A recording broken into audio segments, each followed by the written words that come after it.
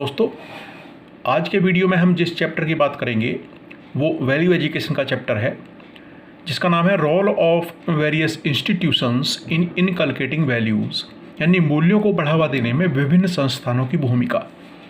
अब ये संस्थान कौन है, बड़ी महत्वपूर्ण भूमिका निभाते हैं। संस्थान है, स्कूल है, फैमिली है और सोसाइटी है। तो सबसे पहले स्कूल की बात करेंगे। स्कूल में बच्चे एक छोटे समाज से जुड़े होते हैं। एक छोटा समाज होता है स्कूल, छोटे समाज के जैसा होता है, जो उनके नैतिक विकास पर बहुत प्रभाव डालता है।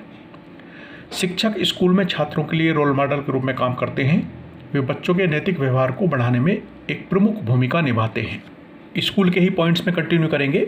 हालांकि स्कूल में अनुशासन और नियम होते हैं, लेकिन जो शैक्षणिक संस्थान है यानी स्कूल है, वो अनौपचारिक तरीके से, इनफॉर्मल तरीके से बच्चों को मूल्यों की शिक्षा प्रदान करते हैं।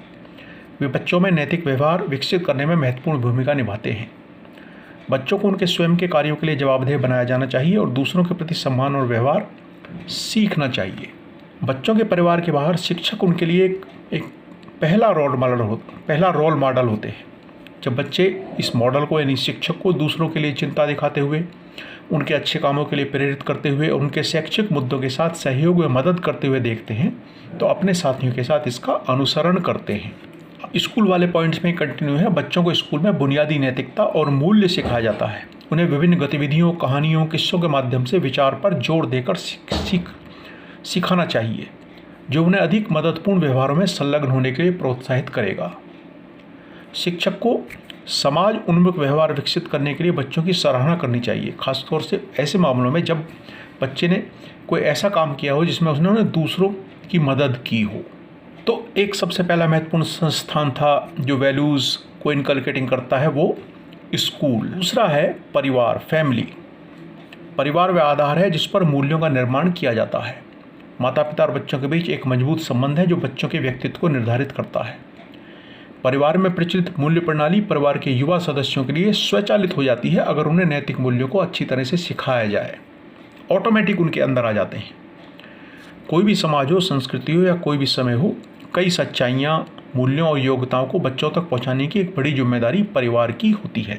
परिवार में ही कंटिन्यू करेंगे।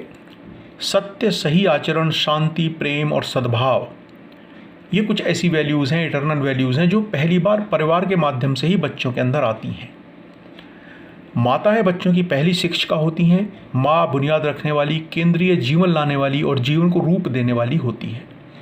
माँ से बच्चे आत्मज्ञान, आत्मविश्वास प्राप्त करते हैं, आत्मसंतुष्टि, आत्ममूल्य, आत्मत्याग की क्षमता सीखते हैं। परिवार लोगों और समाज के प्रति बच्चों के दृष्टिकोण को भी बनाता है, व्यू पॉइंट, और बच्चों के मानसिक विकास में मदद करता है और उसकी इच्छाओं और मूल्यों का समर्थन करता है। परिवार में यदि प्रसन्न और आनंदित वातावरण होता है तो उससे बच्चे प्यार, स्नेह, सहनशीलता और उदारता का विकास बच्चों में होता है। एक बच्चा अपने पास जो देखता है उसी से अपने व्यवहार को सीखता है। परिवार बच्चे को सामाजिक रूप से मदद करने में भी महत्वपूर्ण योगदान देता है और बच्चे की प्रगति पर बहुत प्रभाव और असर डालता है। संयुक्त परिवार प्रणाली में बड़ों की उपस्थिति बच्चों के सामाजिक और नैतिक विकास में प्रभावी भूमिका निभाती है। जब बच्चे बड़ों के बीच होते हैं तो यह युवा पीढ़ी को मानवीय मूल्यों को विकसित करने और उनकी नकारात्मक मानसिक प्रवृत्तियों को खत्म करने में मदद करता है। जो व्यवहार संबंधी समस्याएं बच्चों के जीवन में आती हैं वो परिवार की भागीदारी से ही सही होती हैं, क्योंकि वे अपने अधिकांश समय किशोरावस्था में माता पिता के साथ बिताते हैं। परिवार वो पहला सामाजिक संगठन है जो तत्काल निकटता प्रदान करता है, क्लोजनेस, जिससे बच्चा अपना व्यवहार सीख सकता है। एक परिवार द्वारा सीमांकित, डिमार्केटेड सामाजिक मानक और परंपराएं एक बच्चे के लिए भावनात्मक और शारीरिक आधार प्रदान करते हैं। तो इस प्रकार से बच्चे अपने परिवार के सदस्यों द्वारा दिए गए मूल्यों की वजह से एक अच्छे इंसान बनते हैं या बन सकते हैं। तीसरा महत्वपूर्ण संस्थान है जो वैल्यूज़ को इनकलकेटिंग करने में महत्वपूर्ण भूमिका निभाता है, वो है समाज। अब समाज में बहुत सारी चीज़ें हैं। समाज के अंदर कैटेगरीज हैं, जैसे कि सबसे पहले रिलीजन, धर्म। अधिकांश लोगों के जीवन में धर्म एक प्रमुख शक्ति है। धर्म एक ऐसी प्रणाली है जो सही और गलत, अच्छे और बुरे के बारे में अपने अनुयायियों में से स्वाभाविक रूप से बात करती है। धर्म दुनिया के सबसे महत्वपूर्ण सामाजिक संस्थानों में से एक है और उन मूल्यों को वहन करता है जिन्हें इसके जो फॉलोअर्स हैं उनके द्वारा आत्मसात किया जाता है। इसके अलावा धर्म विशेष रूप से भारत में लोगों के बीच बहुत मायने रखता है, जैसा कि हम जानते हैं। इस प्रकार मूल्यों के संवर्धन में महत्वपूर्ण भूमिका निभाता है। दूसरा पॉइंट आता है रिलीजन के बाद, ट्रेडिशंस एंड कस्टम्स, परंपरा और रीति रिवाज। सामाजिक प्रथाओं को ईमानदारी से पीढ़ी दर पीढ़ी लोगों द्वारा पालन किया जाता है और इस प्रकार से ये मूल्यों के आगे जाने का निरंतर जरिया बनती हैं। परंपराएं और रीति रिवाज विभिन्न मूल्यों जैसे कि वफादारी, रक्षाबंधन में हम देखते हैं वफादारी, साहस, तिलक के मौके पर आधारित होते हैं। इस प्रकार उनका अभ्यास संबंधित मूल्यों को विकसित करता है। फिर तीसरा पॉइंट आता है पॉलिटिक्स, समाज के अंदर ही। तो राजनीति मूल्यों पर आधारित होती है, यानी लोग क्या चाहते हैं इस पर आधारित होती है। राजनीतिक मुद्दे और वादे विशेषकर युवाओं की विचार प्रक्रिया और मूल्यों को आकार देते हैं, शेप देते हैं। उदाहरण के लिए 1975 का जो इमरजेंसी के विरोध में छात्र आंदोलन हुआ, उसने युवाओं में स्वतंत्रता, लोकतंत्र, संवैधानिकता आदि के मूल्यों को विकसित किया। फिर समाज में अर्थव्यवस्था भी है, इकोनॉमी। अर्थव्यवस्था और बाजार की प्रकृति इसमें शामिल खिलाड़ियों की मूल्य प्रणाली को प्रभावित करती है और यह तय करती है कि लोग किसे महत्व दें। अर्थव्यवस्था एकता, समानता, संयम आदि के मूल्यों को विकसित करती है। अगर हम सामाजिक अर्थव्यवस्था की बात करें तो वो एकता, समानता, संयम आदि के मूल्यों को विकसित करती है, जबकि पूंजीवादी अर्थव्यवस्था रचनात्मकता, प्रतिस्पर्धा, समृद्धि आदि के मूल्यों को विकसित करती है। फिर समाज में ही आ जाता है मीडिया। मीडिया भी हमारे समाज में मौजूद है जो हमारे वैल्यूज़ को इनकलकेटिंग करता है। मीडिया हमारे चारों ओर विभिन्न रूपों में मौजूद है। मास मीडिया और मास कम्युनिकेशन लोगों के मूल्यों को निर्धारित करके प्रभावित करता है और कि लोग क्या सोचते हैं, किसे महत्व देते हैं। इसीलिए ज़्यादातर सरकारें मीडिया को नियंत्रित करने की कोशिश करती हैं ताकि लोगों की जो वैल्यू सिस्टम है, मूल्य प्रणाली है, उसको नियंत्रित किया जा सके। इसके बाद आता है समाज के अंदर ही सिविल सोसाइटीज़। इसमें आते हैं विभिन्न सामाजिक और नागरिक संगठन हैं, वो किसी सामूहिक हित के आधार पर लोगों को एकजुट करते हैं और मीडिया के माध्यम से या डिमॉन्स्ट्रेशन के माध्यम से, इनकी मदद से उनके सामूहिक हित को बढ़ावा देते हैं और इस प्रकार लोगों के वैल्यूज़ को प्रभावित करते हैं।